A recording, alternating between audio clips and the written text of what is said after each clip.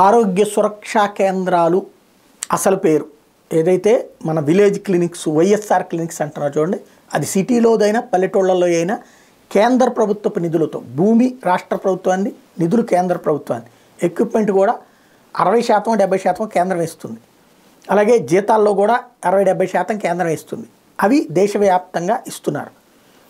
అయితే అది పేర్లని జగన్ పేరులో లేకపోతే రాజశేఖర రెడ్డి పేరులో పెడుతున్నారు కాబట్టి అది తీసేయమని మంత్రి పదే పదే నిలదీస్తున్నటువంటి పరిస్థితి కేంద్ర మంత్రి వచ్చినప్పుడల్లా.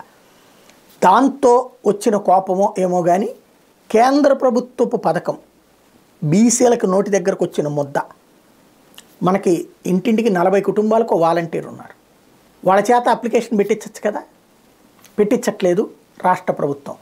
ఏంటయ్యా అంటే విశ్వకర్మ యోజన, ప్రధానమంత్రి విశ్వకర్మ యోజన పథకం ఏదైతే ఉందో దాంట్లో మీ సేవల్లోనే అప్లై చేయాల్సి వస్తుంది.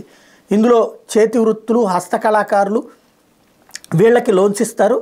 అయితే దీంతో ఏమైపోయింది, ప్రధానమంత్రి విశ్వకర్మ యోజనలో చేరేందుకు గ్రామ వార్డు సచివాలయాలు మీ సేవ సిఎఫ్పి కేంద్రాల్లో దరఖాస్తు చేసుకోవచ్చు.